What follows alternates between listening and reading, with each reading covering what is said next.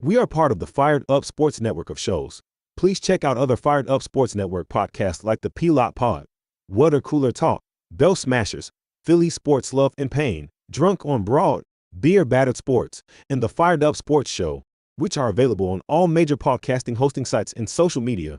Also, check out Mark Ramos' Roundup on firedupsports.com, which breaks down the happenings going on with all your favorite local teams.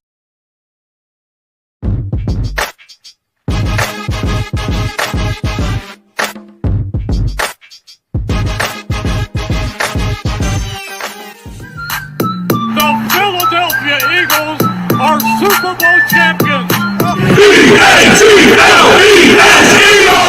Swinging a miss, struck him out. The Philadelphia Phillies are 2008 World Champions of Baseball.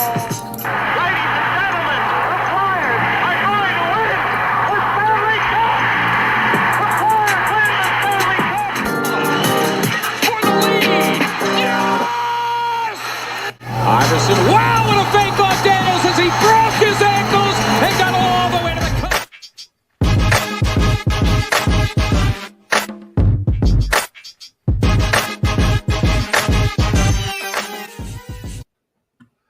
Oh, well, good morning. It's Drunk on the Ice. We're talking all things Flyers. Mark, but before we jump into anything, the Eagles ring ceremony last night.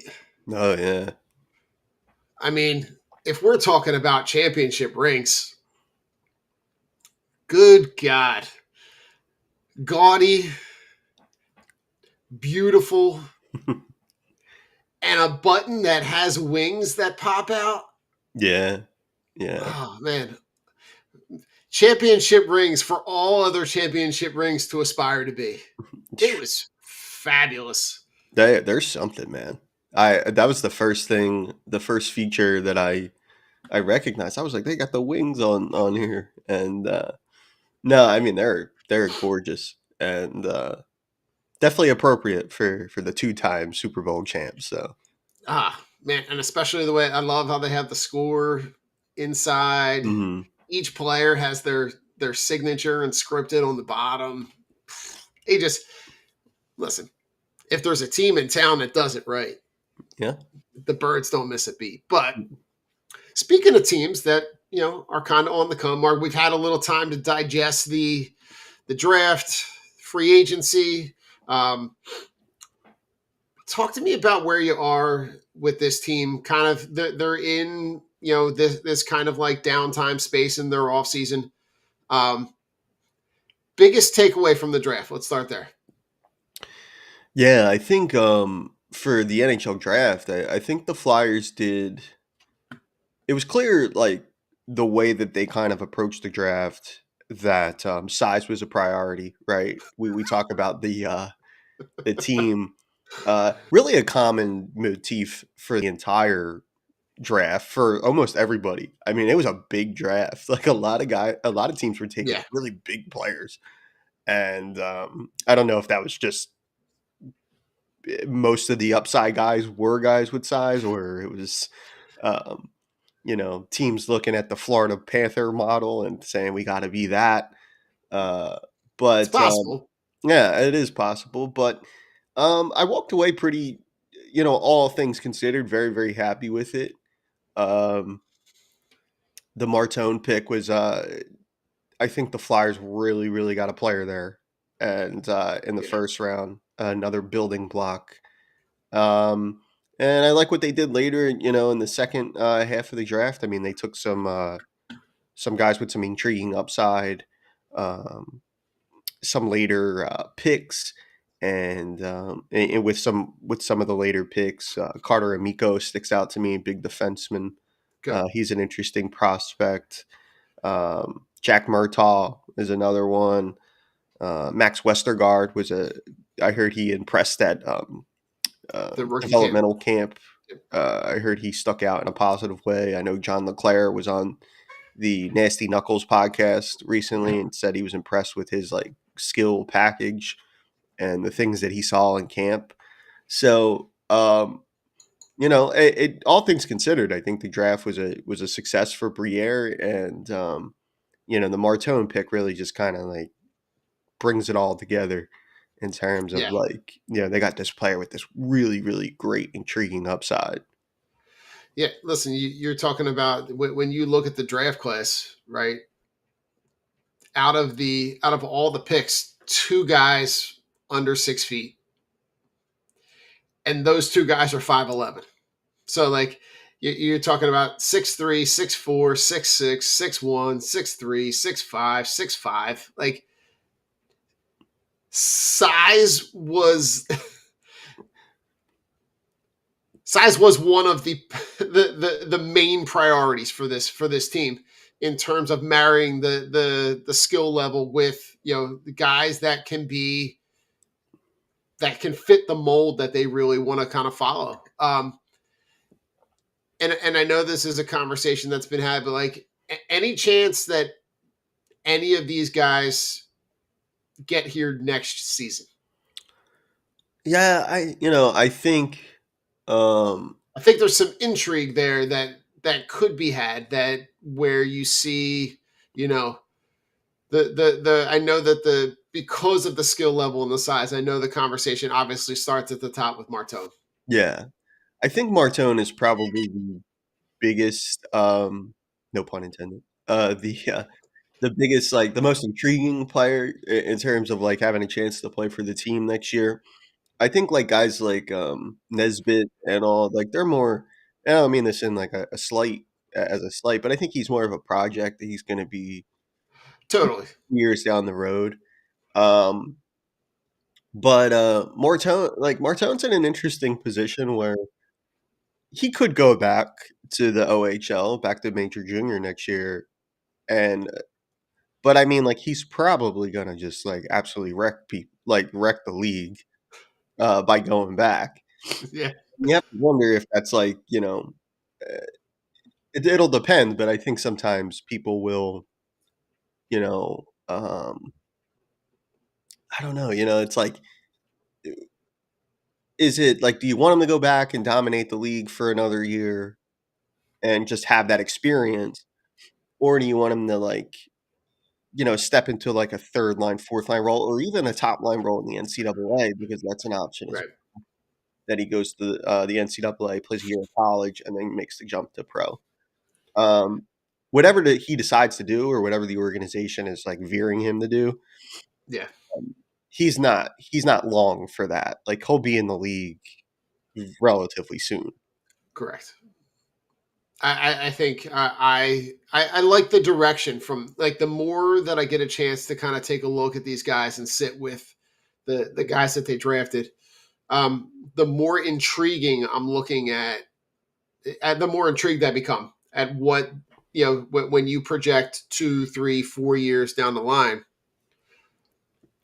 I like the direction that this could potentially be heading. And this was the next thing I was going to bring up. Adam's asking about the direction of goalie, Mm, right? Because we thought that the idea that they bring in a goalie that would be more reliable, um, and it seems like they just brought in a guy who's kind of the same guy they had last year.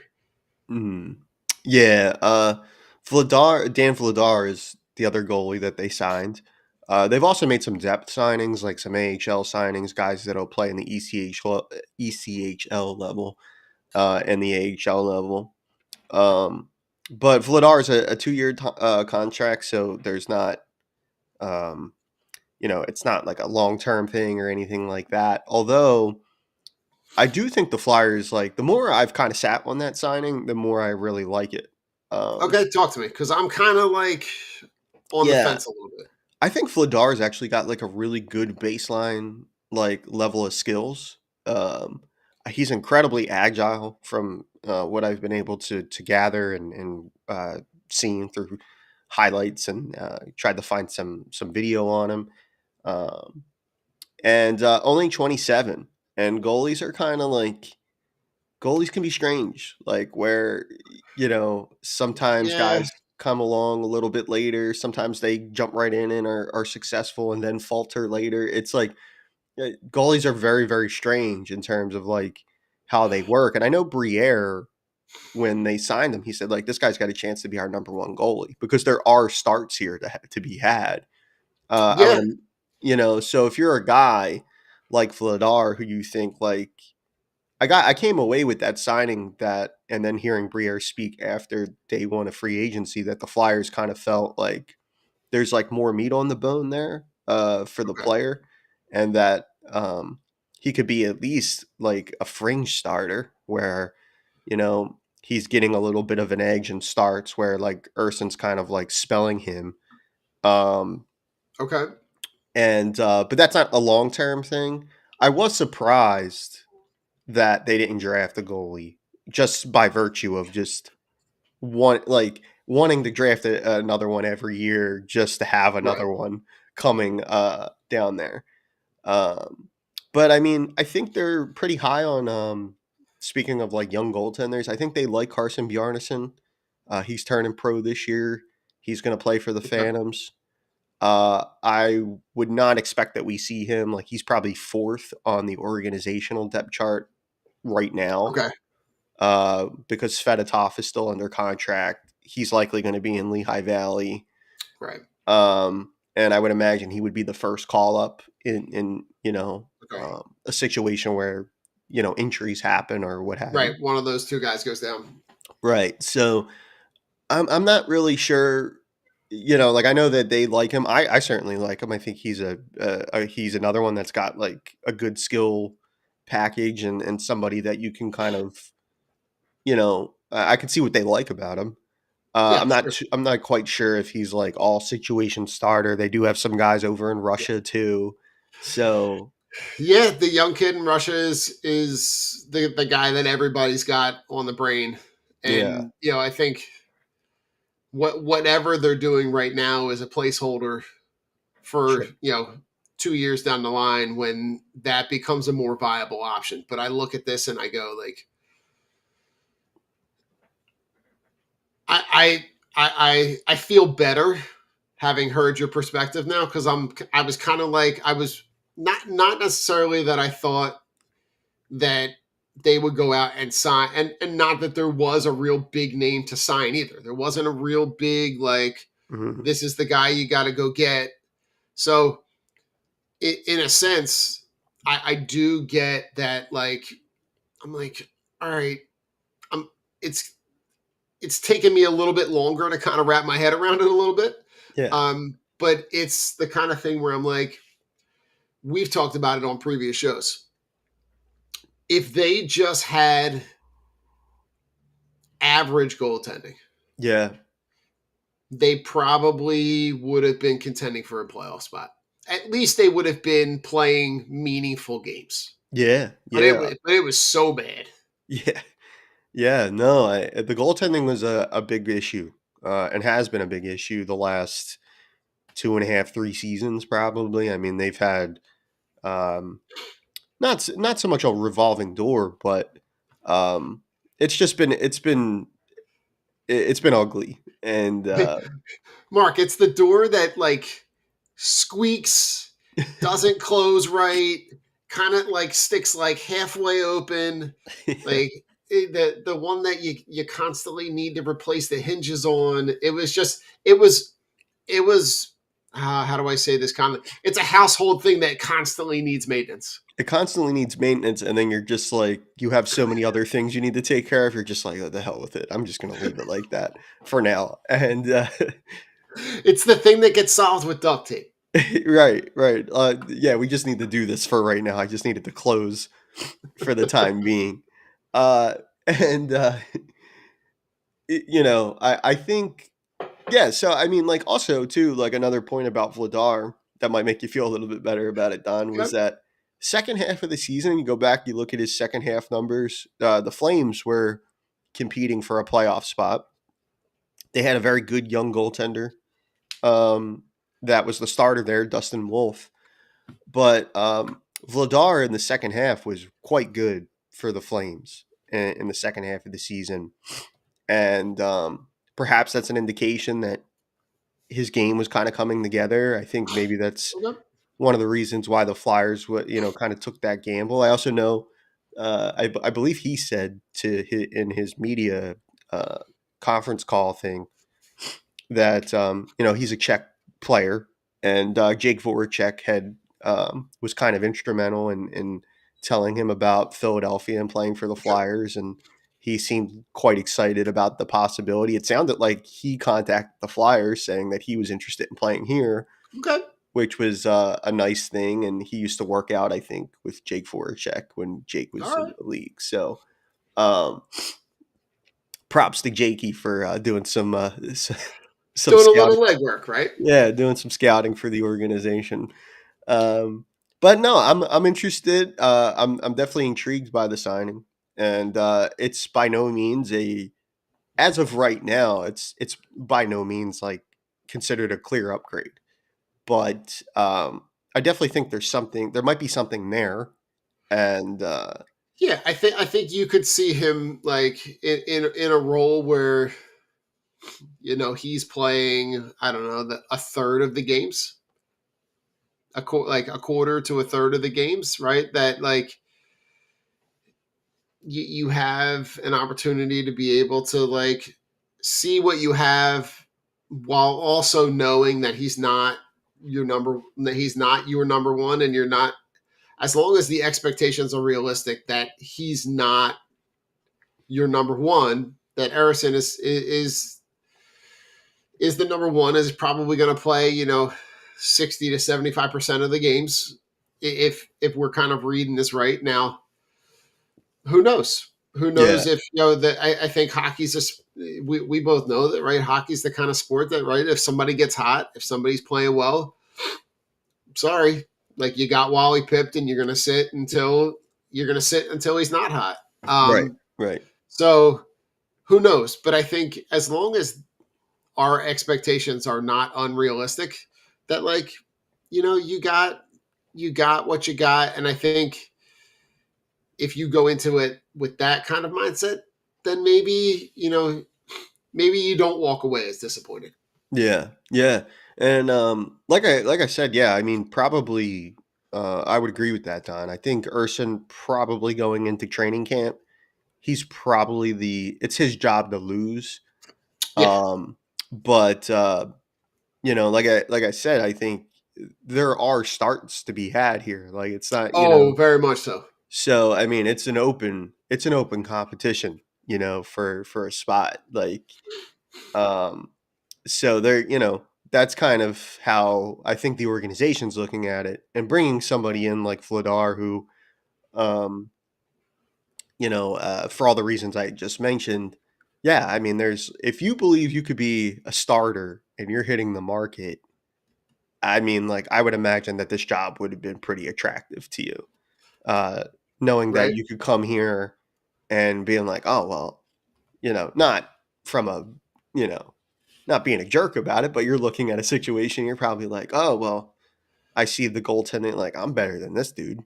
Like, I could Right. come in here and I think I'm better than this dude. I could come in here and get myself, parlay this into a contract or something like that later on. And um, no, I mean, I think that's probably how Vladar looked at it, Yeah. and being young enough to uh, come in here and actually be like a somewhat of a viable option Yeah. for as long as we need him to be that. So, I'll tell you what, Mark, a guy that I wish that they had taken a look at is a guy that used to be here before, and a mm, guy who's kind of flourished a little bit since he's left, Alex Lyon. yeah, That's a guy that I was like, you know what, because they're kind of in the same mold. He's had a little bit of success in his, he's had stops in Carolina and Florida and Detroit. Um, he's a 32-year-old guy with 2.8 goals against. Like, he's a guy that, like, maybe it's the Flyers nostalgia. Maybe it's, you kind of you you saw what happened when Bob left, right? And he's turned into, maybe arguably one of the top 5 goalies all time before he retires. yeah, Um, maybe it's a little bit of nostalgia, a little bit there, but like that's out of all of the guys that were available, that was the guy that I was kind of like, maybe he kind of fits what they're looking for. Yeah, he would have been a fine stopgap at this stage. I think he has had some success other places. Definitely carved out himself. I think an NHL role. He ended up in Buffalo, I believe, and I with the believe so. Sabres. And yeah, I mean, and he was a great he was a great kid and a great guy. Really, really interesting, very smart. I think he was an Ivy Leaguer. Mhm. Um, and no, I mean he would have been a fine option, I think. And there was an interesting trade the other day that I thought around the league, just as like an NHL note. Um, the Vancouver Canucks traded Artur Shilov's goaltender, Latvian goaltender, to the Penguins for like a mid-round pick. Shilov's was somebody I was interested in for the Flyers, just because Vancouver had too many goalies. The Canucks AHL team just won the Calder Cup this year, and he was a big reason why. And a young goalie, and Yeah, I think in Pittsburgh he's going to get a chance to like like play. play because there's like no one else there to play. So, but I think that was the kind of uh, gamble, like calculated gamble, I would have liked to seen Sure, the Flyers make, and maybe it works out for Pittsburgh. I hope it doesn't, as a over very here much so. in Eastern Pennsylvania. But I think no, I think he was a good gamble. If I'm looking at it objectively, that was a nice get for Pittsburgh, and he could be a good player. I think he could be a good goaltender at the next level. Um, so we'll see how that goes. I'll definitely be keeping an eye Yeah. on him to see how he does. Oh, most definitely. Now that we also saw, in the last couple of days, the schedule gets released. Flyers open up. The Flyers are playing the role of the Dallas Cowboys in that they get to be the visitor in the building that's going to raise the banner, where they're gonna so they'll open up uh, in Florida um, on October 9th. Talk to me about the idea. They're gonna they open up with quite a first three games, right? Where they're gonna play Florida, and then they play Carolina, and then Florida again. Yeah, and then after that, you have Winnipeg come to town. Jets are a pretty good team. Minnesota. Minnesota, So yeah, no, that's right after. Minnesota, Seattle, Ottawa, and then the Islanders. That's a pretty tough start to a year, I think. But too, I think sometimes it's a good time to catch those teams before they kind of get their Very legs. true. You know what I mean? Especially if you're there's a lot happening here in terms of new coaching staff. Um, there's plenty of players looking to uh, carve out roles and things like that, and prove that they can play every day at this level. So sometimes I think that's the best time to catch them early in the year. Some of those big heavyweights, um, Florida's played a lot of playoff hockey the last couple years. There might be a little bit of a fatigue factor starting the year off there once the adrenaline wears off. Um, Carolina's another team uh, have gone deep into the playoffs the last couple years, and that could be like it might take those teams a little bit longer to kind of get their find their footing. So sometimes I think playing them early in the year is a good thing. One of the interesting things that I saw that just stuck out to me was that the Flyers are playing on Black Friday again. They play their annual Black Friday game, and it's they're on the road for that, which is not. They're usually home, and I think they're in Long Island. I think they're playing the Islanders on Black Friday.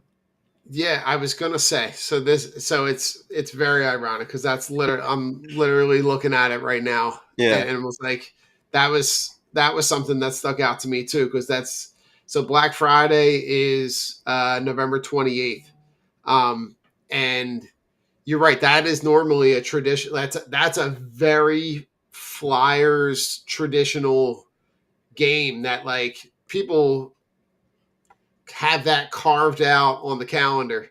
Yeah. And I was really surprised to see that game get moved. And not for nothing, but like, can can the two leagues actually communicate to each other? Because the NFL is also has a game in Philadelphia scheduled for Black Friday, Yeah.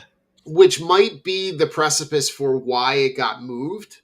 But I would have argued, Mark, what a better opportunity to have both of those on the same day. One of Yeah. them's in the afternoon, one of them's in the evening. And I can't remember when the Black Friday Eagles game is. Hold on. That is it did 3 o'clock maybe? Is that an afternoon? I can't remember when the Eagles Black Friday game is. I think it probably is. It's probably But around like, the same time. Like, right? But like you're gonna have like you could have had both of those games, one on the afternoon hmm, and one in the evening. Yeah, right, it's 3 o'clock. So right. that Eagles Bears game is at home at 3 o'clock. So Okay. you're gonna have the Eagles game on at 3, the Flyers game on at 4. Yeah. Which, listen, we've all kind of we've done the multiple screens. We've negotiated those, but that would have been a great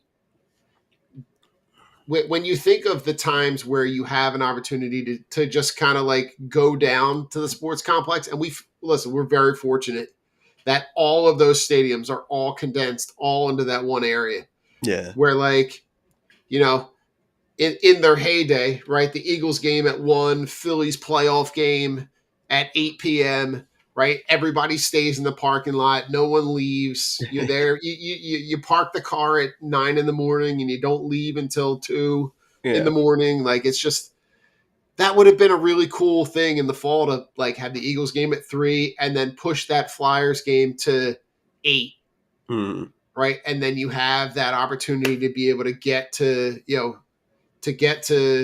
have both of those on the same day. Yeah.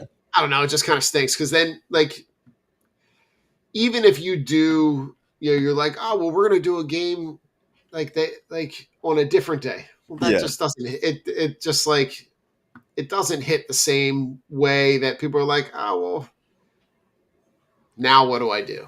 Yeah. I love the Black Friday game. I'd gone to that game a couple times as a fan. Last year, I got to cover it as a member of the media. I was Mm. there in the press box. And just a funny side, like when, and I think a lot of other reporters have felt the same way, at least the ones I've sat around. Uh, when there's another event going on at the complex, at the sports complex, everybody's just like, oh my God, like, come on. Like, because everybody's thinking traffic. They're thinking, I got There, to leave to get here 2 hours earlier before puck drop. And there's really nothing for you to do other than, sit around and kind of commiserate around the coffee pot kind of yeah, thing about how long it took you to get in the building and most things definitely. like that. There was a few moments this past year, but it was kind of funny. Anytime there was another event at either Citizens Bank or the Link, everybody was just like, "You know how long it took me to get in here?" Kind of like coming down to the ring.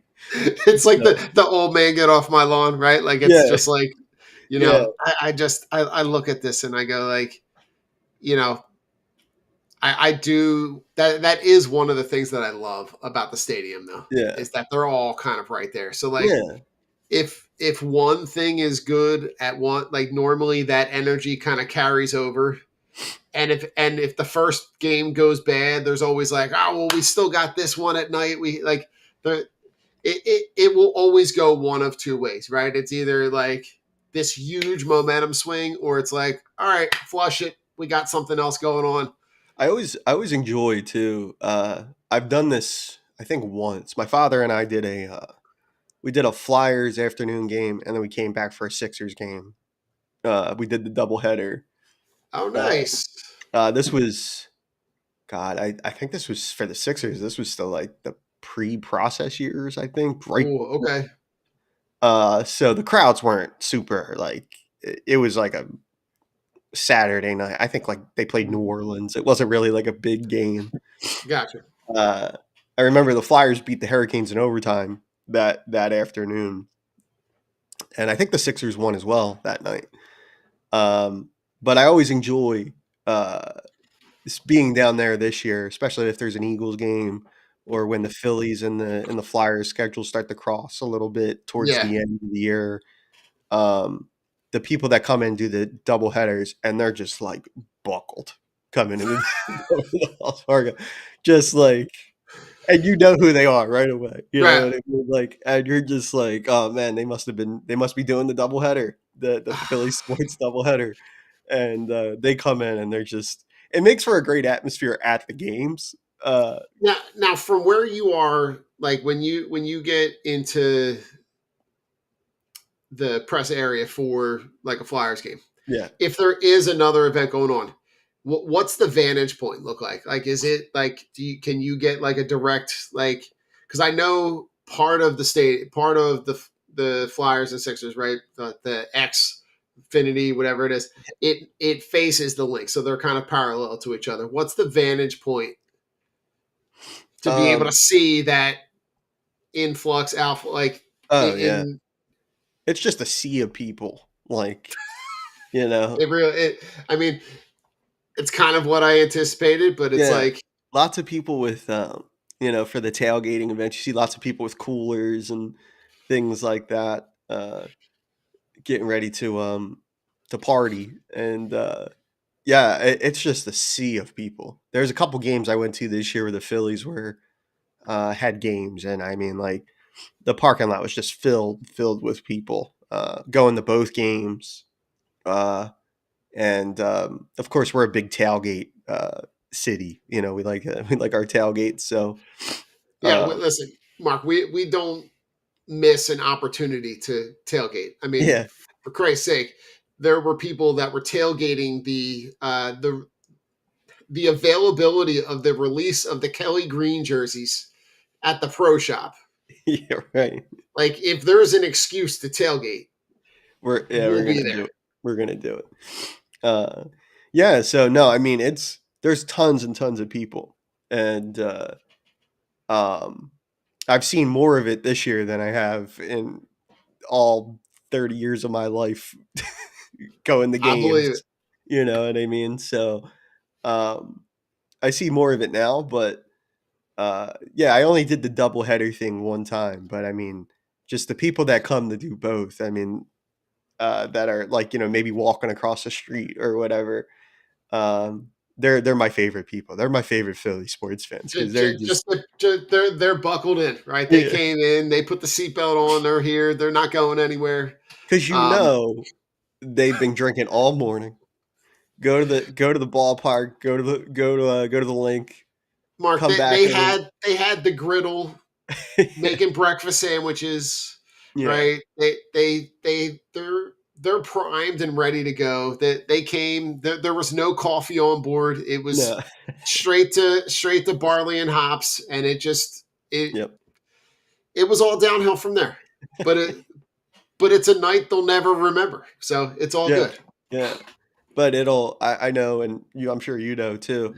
You'll If they're your friends, you'll hear this great elaborate Oh, fit story. I it, went it would to be the night that never ended. yeah, and I'll be like, I was at that game. I saw that. You know what I mean? It's like Very true. I don't think you remember what you saw at that game. To be honest, like I'm I challenging got that. pictures. I got pictures. You don't remember. Right, right. Mark, any other games on the schedule? There's one that kind of coincides with a really fun anecdote that I wanted to talk with you before we jump out of here. The game on November 12th against the Oilers, right? The Oilers coming to town. It's a team that is the kings of close in the last couple of years, Yeah. right? They have, arguably some of the, two of the most talented guys in McDavid and Draisaitl. Getting an opportunity, I'm sure, for you to, be down there and cover them and see them in person. Anytime you get an opportunity to see those guys, it's, it's one that you really want to take advantage of. Yeah. For sure. I saw them last year play, and I also saw the Florida Panthers twice. And I've seen, I've seen top teams come and play the Flyers before, and I've sat all over that building, as I'm sure you have, for games and Yeah. stuff. Seeing it from that perspective, like that, like bird's eye view, like up and down into the rink, um, you really can appreciate how great they are. Um, that was something I really kind of marveled at with the Panthers last year. Sam Reinhart in particular, Matthew Tkachuk, like watching those guys play, especially on like the man advantage and the power play and things like that, and watch them just like surgically like pick apart like um like a defensive structure. Yeah. uh and when you watch like Drysdale or Draisaitl and McDavid in particular, like they attack completely different ways. Right. But like I mean, Drysdale's such a mule to get away from the puck. Like once he has Very it, much so. he's incredibly difficult to knock off the puck. And then of course, you can't let McDavid build up that head of speed, otherwise you're going to become a highlight reel. And you Very know, easily, right? yeah, and the best way to try to contain him is to keep him to the outside. But even that sometimes is not the best. He's so great that um, sometimes it's difficult to even when you're keeping him to the outside, he still might be able to create a play and a scoring opportunity. So those guys are always, um, they tend to have a little bit bigger of a crowd, like when those teams are there. Just I think because people want to Yeah. see them. You know what I mean? And it's definitely worth the price of admission to say that you saw them. You know, Yeah. Listen, and to kind of coincide with the fun story, these two show up at the beer league game in Newmarket, Ontario, right? And apparently on the losing end of a game that ends 6-2, where neither one of them score. yeah, I'm like, my first thought is, who's the goalie? Flyers, sign that guy, yeah, right? Like Bob couldn't keep them off the score sheet, but like we hear about those things all the time. Now, Newmarket, correct me if I'm wrong. Newmarket, Ontario, is McDavid's that's probably. hometown for him, right? Yeah, I think. probably. Yeah, Um, when those things happen, right? Like it's akin to like your MLB guy showing up to play in your beer league softball, yeah, right? Like, there really isn't a football equivalent, but like, Joel Embiid when he shows up, and plays pickup at yeah, the court in the middle of Center City unannounced. The those situations are so cool. yeah. They are. It's so cool for everybody involved, right? Because that Yeah, guy, speaking of telling stories, right? That guy that's playing goalie will never that story will just become more and more elaborate as he gets older. yeah, absolutely. Yeah, and he'll be a local legend for that. You know what I mean? He'll be a Very much local so, rink legend for making that glove save on Connor. And right? yeah, no, those are really really cool things. And it really speaks to like the human nature part of it, like that they're, sometimes they feel so, these athletes and things like that, they feel so far away, in terms of like they almost don't even seem like human people. They don't seem like the rest of us mere mortals down here. Yup. Um, and But when they show up and do things like that, it reminds you that like they're just regular guys too, and with extraordinary skills, of course. But and McDavid seems like a very just a regular guy outside of the rink, and then he gets on the ice and he's just a demon. Like so, Right. And Mark, speaking of that, the class of 2026 free agents, yeah, Connor McDavid's on that list. very Along, interesting. along with like guys like Jack Eichel, you got Panarin, Bobrovsky's on that list, Mhm. Malkin's on that list, Kopitar, right? You're gonna Ovechkin if he's which who knows if he's still gonna be playing, but like you've got a pretty quitty. It's very quietly impressive unrestricted free agency class in not this summer but the following summer. Yeah, I think for that too, it's I think a lot of teams are probably looking towards that summer, thinking that some of those guys will certainly hit market and end up signing somewhere else. Um, and of course, all eyes are on Connor for that, and what happens in Edmonton.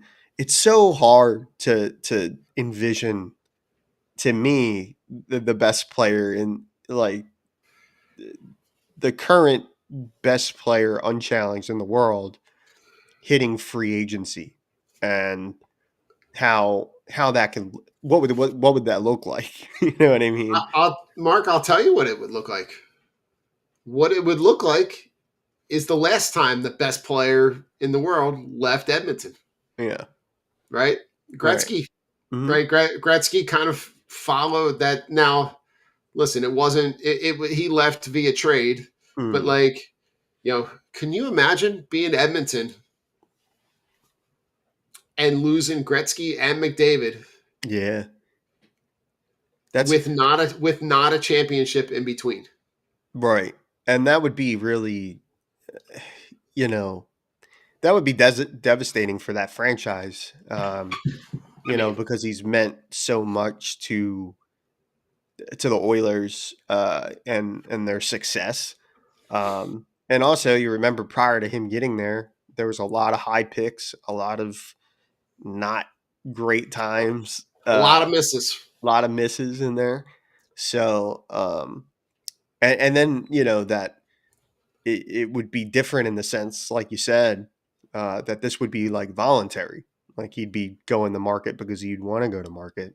Right. That would be very that would be incredible, uh, and I would imagine everybody would be positioning themselves to try to sign McDavid. I Um, mean, you want to talk about name your price. yeah, there, yeah, that's Right? Like sit in a room, yep, everybody bring your best offer. yep, and I would imagine that's what would happen. And yeah, it's definitely a possibility because there's nothing that's happened regarding that yet. But um, the pressure's on there because you know Yeah, this yeah. might this year you just don't know what the future holds for their the team. So Yeah, I mean, kind of a there's a last dance kind of thing. yeah, there. I mean, there's a decent chance, right, that obviously they do well and they hold on to him, and um, and they kind of go along the same path that they went all last year, right, and go into the playoffs and go on a wild run. Yeah, Um, but there's also a chance, Mark, that what if they're having like an so season where the playoffs are not in the conversation. And then you're talking about a guy like that going, well, listen, if there's any kind of signal that he could leave, right? yeah, Imagine a guy like that getting moved mid-season. oh, Like in the man. thought of that, Yeah, right? Like and what that package looks like for, you know, yeah, for a rental of McDavid. Like you're right. getting McDavid, that you're getting him for a couple months. Yeah. Like not that I think that would happen, because I think Edmonton has enough around him to not be in that position. But like, you never know. No. You never know what happens around him. You never know if there's injuries that impact their ability to be able to, do well. And the West is a really competitive, right? We saw Dallas. We saw teams that gave Edmonton a run for their money. I just the mind starts racing when you start thinking about, like, because I think about, in a cross-related sport, right, what happened with Ohtani, right? And the Angels had an opportunity to be able to move him at the deadline when he told them he was going to free agency, and they kind of held on to him for those last couple months, and then he just left, and then they got nothing for the best player available, for the best for essentially the equivalent, like a generational talent, who's the best player in the sport. Yeah, no, I mean, it's hard to think, like, in a scenario like that, like the first one you mentioned, I don't even know what would be equivalent value. You know what I mean? Like, your entire farm system, every we will future trade you. draft pick. Right, we will trade you the next 10 years picks. Yeah, every pick for the next 10 years. That, like, yeah, I that would be insane. I know that there's people that would sign up for it too. Yeah, I'm sure they would. They would just be like, whatever, just do it. Like, yeah, I mean, that'll be fascinating to watch. This free agent class has, I think, been circled by a lot of teams. Even whether it has McDavid in it or not, still impressive. Yeah, there's still a lot of, like, real accomplished, legendary players, like guys like that have, definitely are ticketed for Toronto for the Hall of Fame, and anybody would want guys like that, even in the twilight of their careers, just to have them in your dressing room. I remember the Flyers had that, I think he had a really positive influence, like when the Flyers brought in Jaromir Jagr, and how guys marveled at just getting the opportunity to play with him. You know what I mean? Sure. Seeing that 68 hanging up in a locker room stall down next to you. Very much so. It definitely means something. I think it has a positive. It reverberates throughout the whole dressing room in a positive way when you have somebody like that around. So most definitely. Well, listen. Speaking of locker rooms, on the other side of this, right? The big bombshell that drops with the ESPN story with Joel Embiid. Mark and I are going to be talking about all the information that came out in that article. Some Sixers Summer League. So hang out, stick around. We'll be back in about 37 seconds.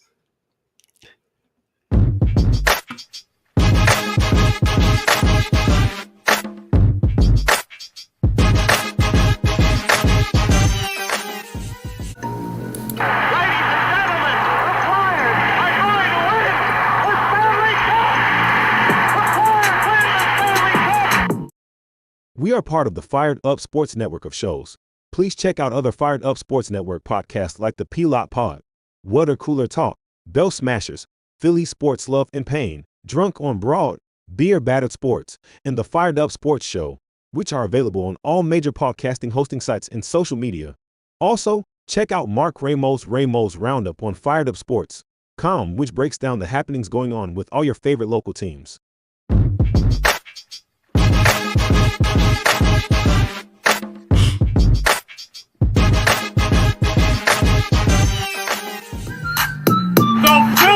Eagles are Super Bowl champions. E-A-T-L-E-S Swing and a miss. Struck him out. The Philadelphia Phillies are 2008 World Champions of Baseball. Ladies and gentlemen, the Flyers are going to win the Stanley Cup. The Flyers win the Stanley Cup. For the lead. Yes! Iverson, wow, what a fake off Daniels as he broke his ankles and got all the way to the cup.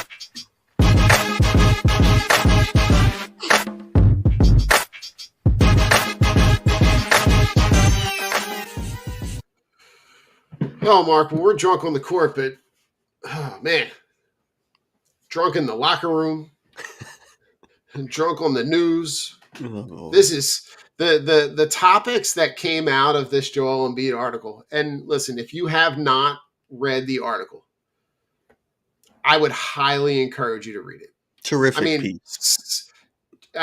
listen, we are talking about it's a 20,000 word, like carve out about an hour, sit down, um, and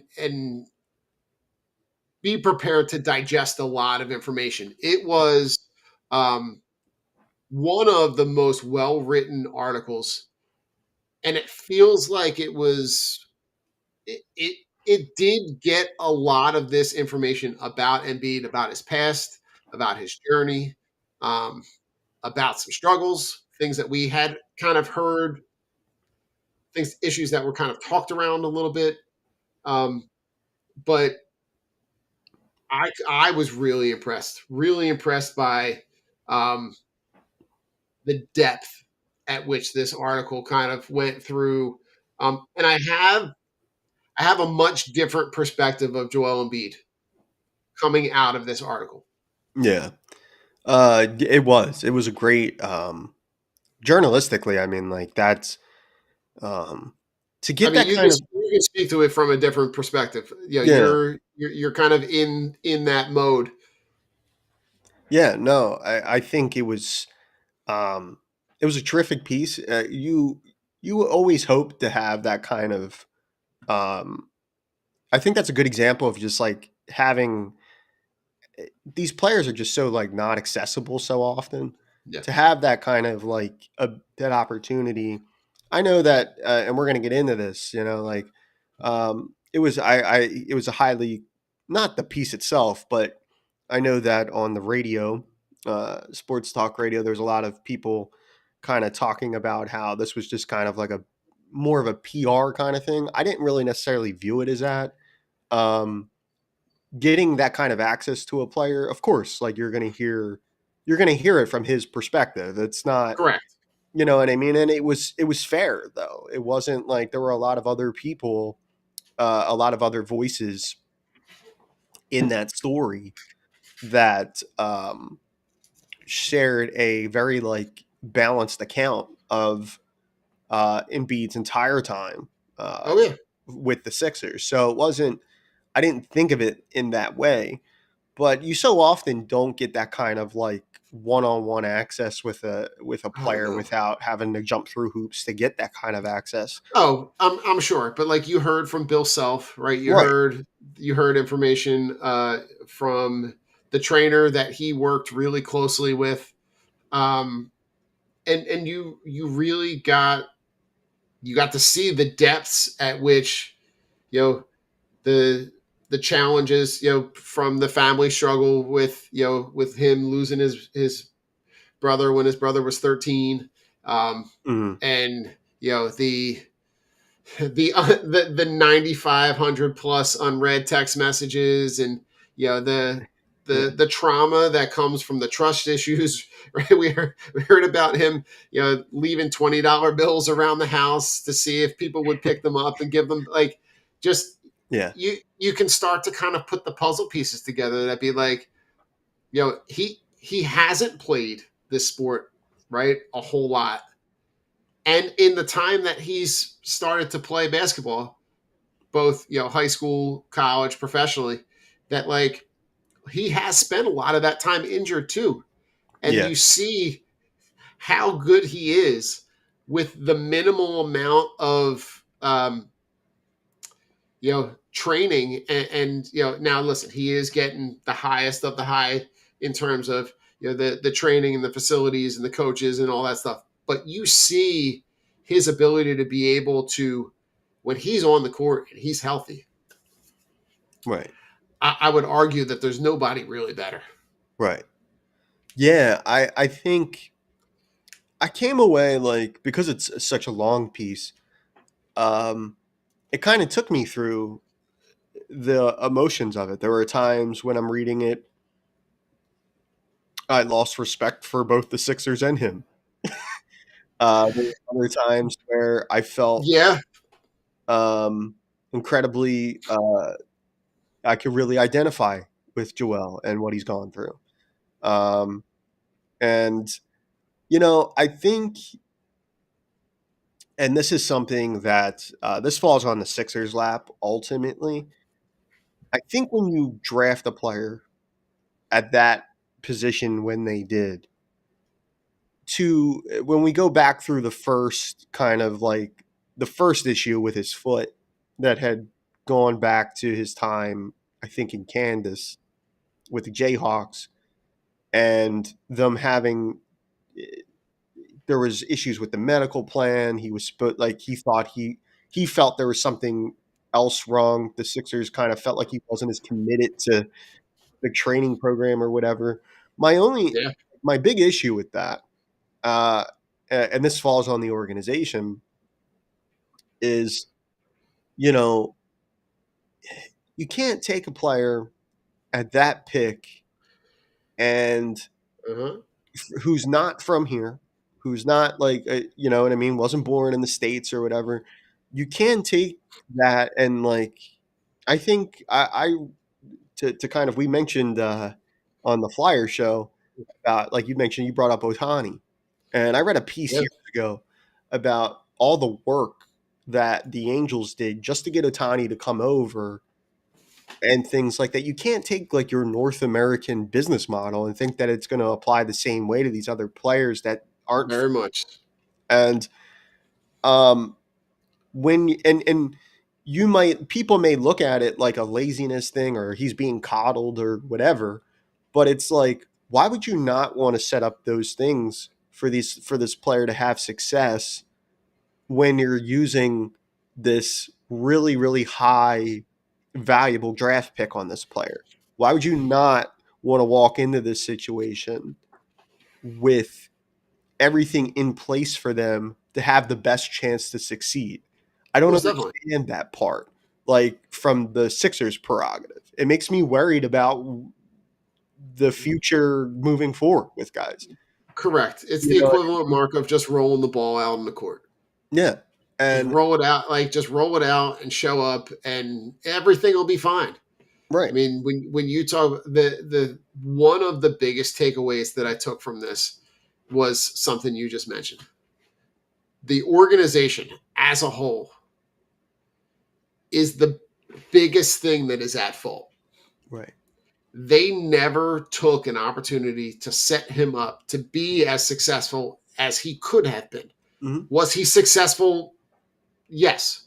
He will go down as one of the best Sixers in franchise history.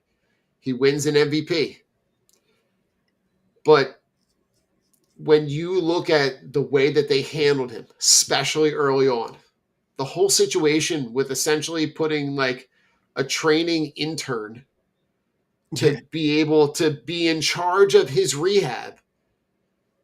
I mean, you're talking about a guy who you just drafted with the third overall pick, a Right. guy that you want to be the pillar of your franchise moving forward. You're going to build for the next 10, 12 years, you're going to build everything around this guy. And we want to make sure everything goes right. You would think that you're flying in people from all over the world and you're spending the dollars to make sure that you got a knee specialist, you got an ankle specialist, you got whatever you need, but you're not, and nothing against the people from Rothman because I don't know any of them, but like you're not hiring the training, the personal trainer intern, whatever that role is. You're Right. not hiring, like that is not the person who's responsible for your franchise altering athlete. Right. That's a role that should be a guy that is like not for nothing, but he trains with Drew Hanlon. Drew Hanlon is a guy that you should bring in. That's a guy who should come in and be part of your organization. And then you wonder why he has trust issues, Right. right? Well, too, on the flip side of that, um, and that was like Yeah. well thought out in this piece was I think a lot of the people that were close to him, and that it became more than just, hey, we're going to put you in the best position to succeed to get you on the floor playing every night. It then became, you know, these people then became his like confidants, the people that went to bat for on his behalf, Yeah, like, and all these other things. And maybe that is where some of that like entitlement issue came from. could But be. the essential, like the root cause of all of that starts with the Sixers and how they decided to approach this. And this wasn't something they did with just him. Uh, I believe Ben sat, the first year. Um, the the lack of, I think it's not unreasonable to believe in the Markel Fultz situation. The Sixers did not do their due diligence when regarding that either. Um, I mean, Mark. or I what mean, was going on with him. I mean, or who sat in a room, watched him shoot a basketball, and talked to him for 37 seconds and said, "Yeah, that guy before Jason Tatum." right. Yeah. So, I you mean, know, like that is gross incompetence on their part, on the Mark, Sixers' part. you're being very kind with your words. Yeah. I mean, like you can't be any more uh, disillusioned by the fact that, like, um, I hope that most of those people are no longer with the organization that are like Yeah, making those calls. Um, but from that perspective, yeah, I can totally see like the underlining root cause of all this comes from that, and it does feel like to some degree. And I don't know, right? This isn't to uh trying to think of the word, but like this isn't to like judge or criticize Joel no, as an no, no, not individual at or all. a person. Um, I think a lot of that traumatic stuff that happened with his brother passed away very young. He felt an immense sense of guilt through that. Not addressing those things and those mental health things will affect you in all phases of your life if you don't address those things. You know what I Yeah, mean? And it sounds like he understands that now, and he sounds like he's working through those things now. Um, but it does somewhat feel like, too, this was never going to be a fit, you know? And one of my fears were way back at the beginning of the process years mhm, and how they sold that to us. The organization sold us. yeah, They pimped out a lot of like they used up a lot of our goodwill as fans to be that bad and yeah. for it to not result in not only not a championship, but not even close to one, not even an appearance, not even an Eastern Conference Finals appearance. Honest. So, The closest you got was the quadruple doink in Toronto, yeah, and that game was a game to get to the Eastern Conference Finals. right. And in some of those games, right, that game 7 in Boston is like not even competitive. Like they get the doors blown off them Mhm. after having the opportunity to close out game 6. You end up losing game 6 at home. Jason Tatum can't put a ball in the ocean from a boat, and in the last 4 minutes, you know, goes absolutely bonkers, and they never looked back, and that you know I think right the article did talk a little bit about the struggle, the some of the trust issues with different players because of what happened with James Harden, right? And Hmm. there was conversation about whether or not you know he was instrumental in him leaving or him not doing enough to advocate for him to stay, and like him talking about like, hey, listen, like I had my best, you and I were like the best of both worlds, right? James Harden has an incredible time when he's paired with Joel Embiid. Joel Embiid the same way, right? Wins an MVP, right? Like but you can see where all of these little pieces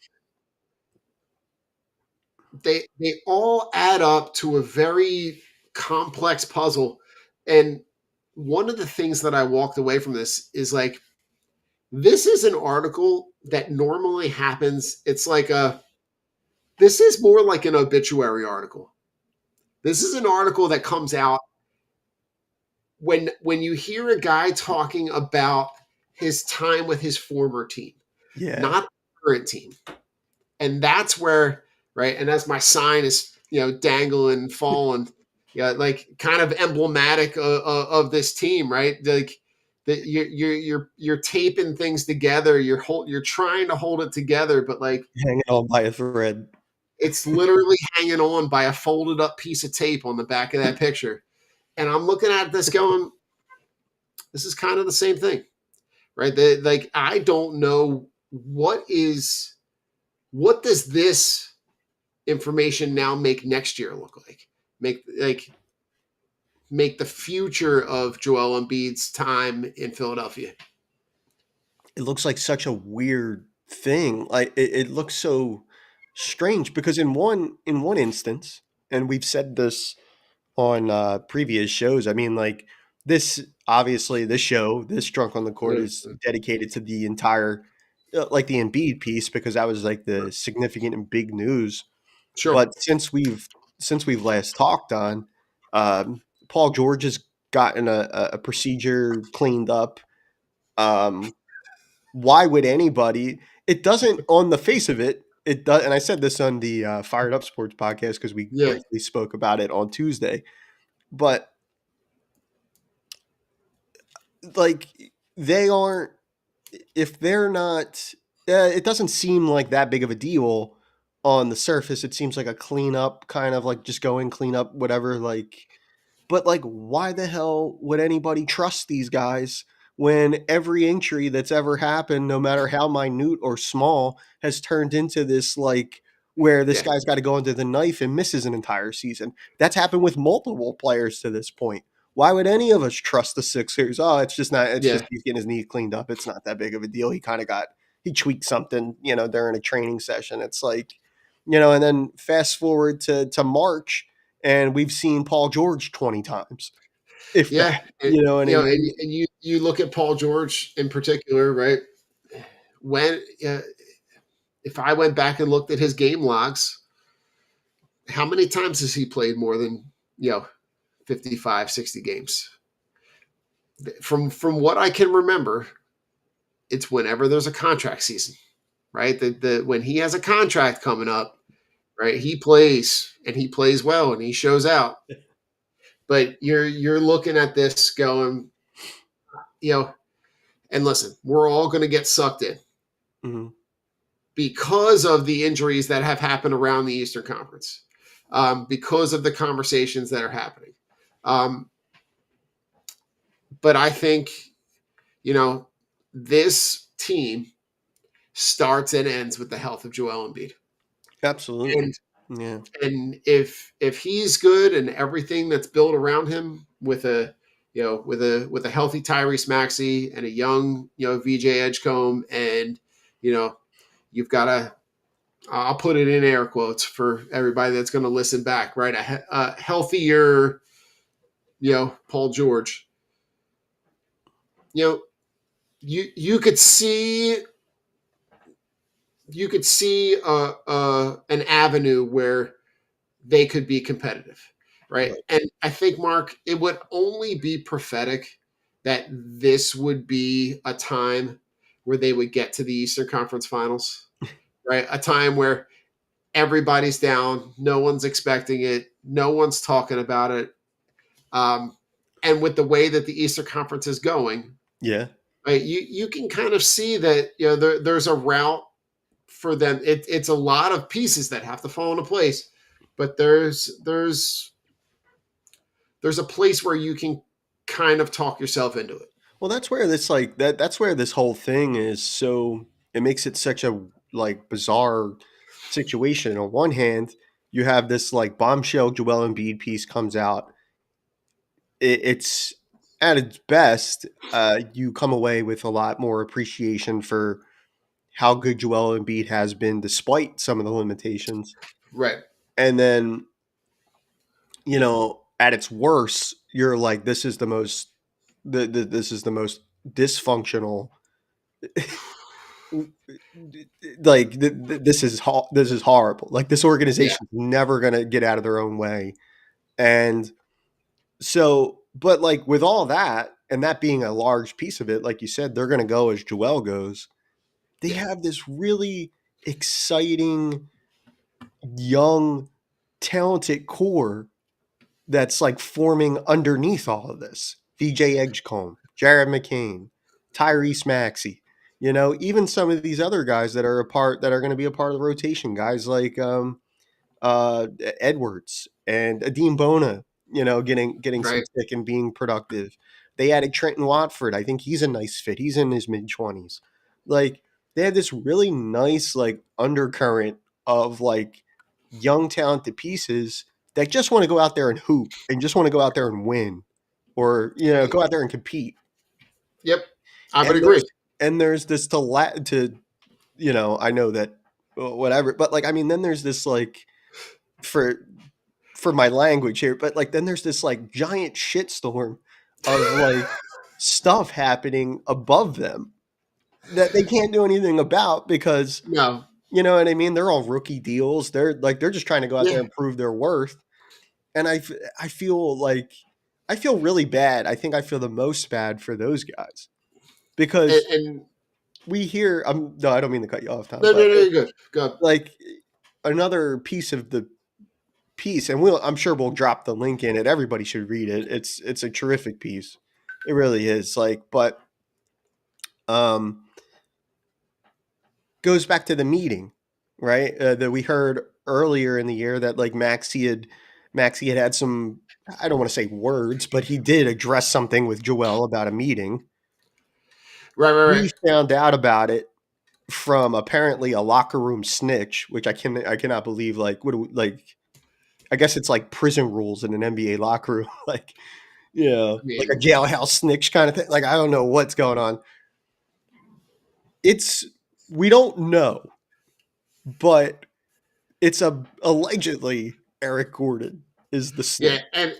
and Eric Gordon has right, like Eric Gordon has been profoundly, vocal on social media I'm saying that's not innocent, me, right? right? So he's allegedly the snitch. People believe that he's the snitch. Yeah, The crazy thing about that is that the Sixers, if that's true, and Joel felt some kind of way about that, the Sixers just brought back Eric Gordon for this season. I don't care what role he plays, but yeah, because he's past it, he's older now. Eric Gordon was once a really, really terrific athlete and things like that. I don't want yeah, to knock him as like a basketball player. He's done a lot in his career. But now in Philadelphia, he'll always be remembered as like the alleged snitch that Joel right. doesn't trust. And he's like, "No, it's not me. I didn't come up like that, whatever." And it's just like that's where the organization has to come in. That's where the organization has to step in and be like, Yeah, "Yo, everybody grow up." Like, right. Like you realize that you're sitting in a room of guys, and outside of 40-year-old Kyle Lowry, none of y'all have done anything. yeah, None of right. you have won anything. None of you have done anything. None of you have earned the right to feel any kind of certain way. Because like Mark, the group of guys that you're talking about, those young guys, there's enough there to get excited about, Yeah. right? Between your Maxi and your Grimes, right, and your VJ Edgecombe and your Jared McCain and your Justin Edwards, right? There's enough of those younger guys. Where I can't wrap my head around it is 40-year-old Kyle Lowry, Right. um, 30, 31, 32-year-old Andre Drummond, um, 36-year-old Eric Gordon. Like you're telling me, you're telling me that those guys had to come back in what role are they playing? Right. Because you know none of those guys are playing productive minutes. No. Like Kyle Lowry is long from his days at Cardinal Doherty and Villanova. Like he's been around long enough that school closed a Yeah. long time ago. Yep. Like you're talking about guys that if you wanted to have them around for these pseudo um, mentorship roles, just make them coaches, Right. right? Like make them like player ambassadors. But like you can be creative enough to get them a job in the building, pay them enough money that it makes it worth their time, but also kind of be like, Right. we really don't need you on the court, but we like having you around these young guys. There's plenty of roles, Right. but like those three in particular, like I don't need to see Andre Drummond, Kyle Lowry, Eric Gordon. I really don't. Right. I would rather see, your combination of, Adeem Bona and Ricky Council the fourth and Quentin Grimes and like there are plenty of other guys that I would like to see Right. rather than those guys. Those guys are guys that are just kind of like I don't understand why those three are here. And I shouldn't say that. I know why they're here. They're here because their contracts gave them player options for this year. And they Yeah. were all like, well, no one else is going to pay us. So, yes, player option activated. Yeah. Yep.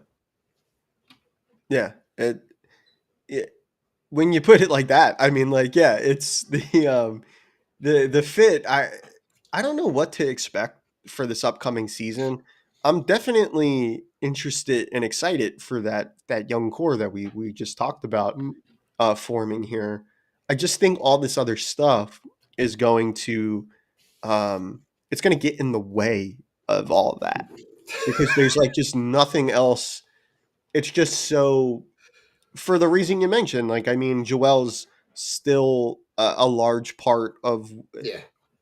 and to a lesser extent, but still equally as frustrating is the PG situation because he's also making a lot of money and he's also not performing to the level to which we had hoped. So it's tough, and it's just like I just came away my under after reading the Embiid piece with ESPN. I just feel like you said, it felt like an obituary to his time, and it just this feels like the end. I don't Yeah. know what that means. I can't imagine that you would be able to not with the lingering health concerns hanging over him. I don't know how you would be able to um, move on from that or anything like that. I mean, that doesn't seem possible when you consider the money and what you may be getting on the floor. We don't even know if he's definitely going to play. I mean, So, Mark, in the 26-27, his cap hit is $57.9 million. In 27-28, it's 62.5. And then in oh, 28-29 is 67.1. Like that they are like if you want to move on from him, good luck. yeah. And Because and when you talk about oh God, when you talk about Paul George is kind of in that same vein. yeah. Uh, one of the things too that we talked about around draft time, Dom, was one of the things that could be important for this organization and for this team would be drafting a kid that could, in a very like Ant Edwards type of way, grab the bull by the horns and be like, you know what, this is my team. I don't care about any of this stuff. We're gonna go out there and hoop. We're gonna try to win, and you're either with me or you're not. Um, and we had discussed potentially Ace Bailey being that guy at that time. We talked about they ended up taking Edgecombe, who certainly seems to have a "I'll do anything this team needs to succeed" attitude, which I love. Tyrese has grown in a leadership role. I think a lot of people, when that stuff did come out about the locker room meeting thing, a lot of people came away very happy that Maxey was here and that he spoke up Yeah. about that. And said, "Yo, like you're the most vocal point guy. You're the most vocal person on the team. Like you need to be a Right. part of this. Like Yeah. we can't not have you here."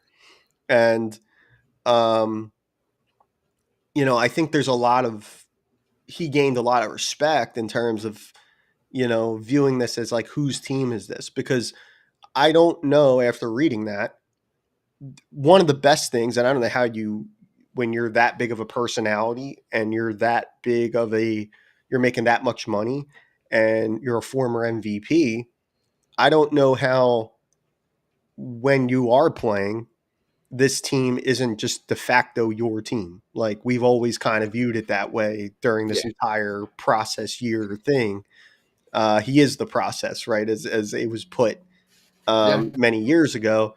And I don't know how you get away from that when you have this like there's gonna have to be like a complete like revolution of like just like an uprising of young guys being like, we're not gonna take this anymore.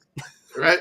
Yeah. No, Like listen. kind of thing. So listen, before we jump out of here, talk about VJ Edgecombe, right? Because you saw a little bit there. There's not much to glean from Summer League, right? Summer League is kind of what it is, and it has, the most exciting thing coming out of Summer League was the kid from Indiana dunking on the dunking on, creating the ugly face poster. But when you look at VJ Edgecombe, right, you see flashes of what could be, right? You're talking about a guy who's athletic, 6'5", but 19, right? And I think at this stage in his career, coming in with the attitude of like, I'm just going to do whatever my team needs, is exactly the type of guy that they need. And a guy that, down the line, you see him in the gym with Tyrese Maxey. You see him in the gym with Jared McCain already. Talk to me about what you've seen in those first couple weeks. Obviously, right, considering the source that it's Summer League, but talk to me about, VJ Edgecombe a little bit. Yeah, no, I think the Sixers got a really, really good one. They got a guy that I think has the potential to be the complete package, both on and off the court. I love, yeah, it was Summer League, but to see him go out there and kind of really kind of put on display all the things that the organization probably liked about him. Or if you hadn't seen him in college at Baylor, that first Summer League game, all those things were on display, right? Like the ability to switch and guard. We saw a couple aggressive dunks from him. He went and got some buckets in that game, the first one, and then on top of it, the work ethic and he had just recently, I think he had spoken in an interview where he had talked about, I think we can like. I'm really excited for this year. I think we can win a championship. And that might be some youthful exuberance, right? But I love that that's where his mind is. Yeah. You know what I mean? I love that despite all that noise, he thinks that his game and things like that are complete enough that he can bring something to this roster that they don't have and that they can go out there and win basketball games. I love that attitude. I love Maybe that. that's, I mean, Mark, maybe that's the attitude that they need. Mm-hmm. Right? Maybe for whatever reason, whatever's going on in here in the last 6, 8, 10 years has just gotten stale. And Yeah. they need that, right? Maybe they need a guy that's going to come in and be like, that's not how I'm doing things. I don't care if I'm 19, right? You saw, and the thing that gives me a little bit of hope is a guy that you just mentioned a couple minutes ago, and what happened in Minnesota with Ant Edwards, right? They took him #1 overall pick, and he basically walked in the door and said, "I'm not doing this anymore. Like this is not. I'm not going to be a part of a team that plays like this, acts like this, practices like this, plays like this on the court." And in very short order, in a couple years, has gotten that team from being, not even thinking about the playoffs to, on the verge, in a Western Conference final, on the verge of going to the finals. Right. Yeah. Maybe you're right. Like maybe that's the youthful exuberance, the blissful ignorance Yeah. that a guy like that can bring, and that stuff can be infectious when you Yeah. talk about, and especially with the youth that is on this team. That Yeah. kind of stuff definitely infiltrates the mindset of others. Yeah. Yeah. And that's where it's like not to create like a division in the dressing room or anything Oh, like no, no, that, no. Yeah. but it's like maybe in like an unspoken way, you're looking at, if you're VJ, you're looking at McCain and Tyrese and being like, yo, we're gonna go out there and hoop. Like, this is our team. Like, we're gonna go out there and win. And we're gonna do it despite all this. Like, they take it to internalize it and to take it personal that Yeah. this stuff is going on their team, not his team, Right. and I think that um, that's an important layer to any bedrock, to any like team that can compete or have success, perennial success, is someone has to come in. We talk about culture a lot sometimes in sports, but someone has to come in with the attitude and the demeanor, and that can deliver on the floor. That just changes that flips the script and is able to turn around and be like, yeah, like I'm not going to be a part of something that is like, I won't let this fail. Right. And as you said, that stuff can then become infectious and spread throughout an entire dressing room where guys start to believe. And I think his attitude, his upbringing, where he comes from, I just like I really, really, really like this kid, and I don't mean to put the world on his shoulders in his first year. I'm incredibly like, I understand there are going to be nights and things like that where he's not going to be good. You can't be that young playing in the NBA and not have that. Right. But uh, you know, I think for the future of this group, McCain's back and healthy, Jarrett's back and healthy, Maxey will be ready to go. And then the other guys that we mentioned, guys like Justin Edwards, they're going to give you good minutes. I'm excited about the Trenton Yeah. Watford signing. I thought that was if you were going to lose Yabu, that was a good replacement guy to add, Yeah. and He's going to kind of give you the same thing. he'll give you the same thing. And then at the five, like when I look at younger guys, I mean, like Bona gave them more minutes last year than I thought he would have. Now, like, I granted some of that was due to Embiid and all not being Right, right, available, right. but I I mean, thought but he played well enough in those minutes oh yeah, and I that and I think and I think ideally you're looking at, right, if Embiid is healthy, right, then he's going to give you 8, 10, 12 minutes. right, And if he can be what he was last year, but doing it in those smaller spurts, he can be exactly what you need. Joel, you're saying, Like both of yeah, them.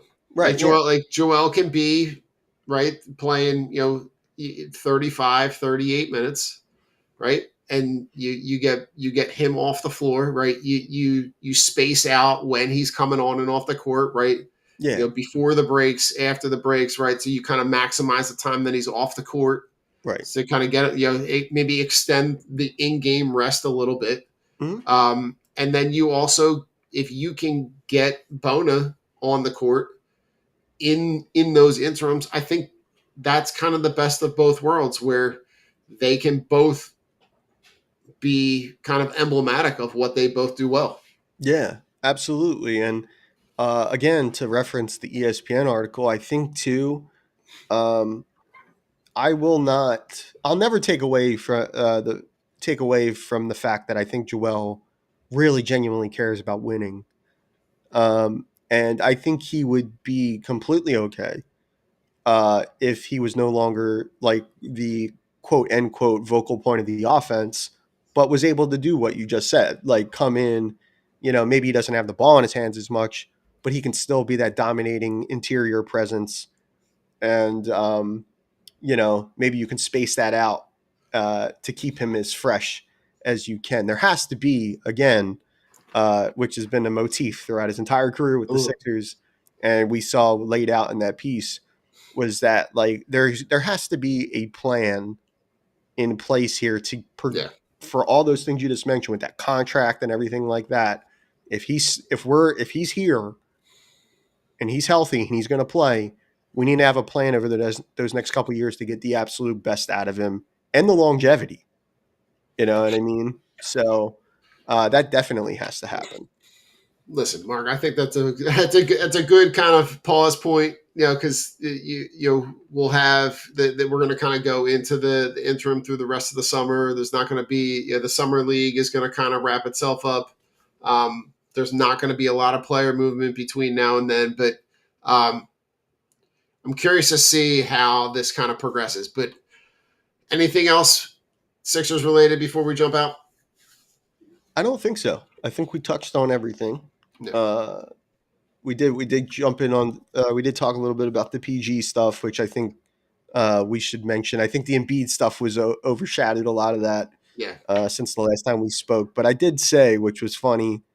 I remember the last show we were talking about being a little bit optimistic about how things were going to go, and then this bombshell piece drops. We get the PG news in between the two shows, and and then you're like, oh well, you know what? That's just the Sixers. So I mean, it's kind of prophetic for how this is kind of played out. So yeah. listen, on the way out, go Sixers. Ish, maybe, kind of, Yeah, sort of. yeah. Have a good weekend, everybody.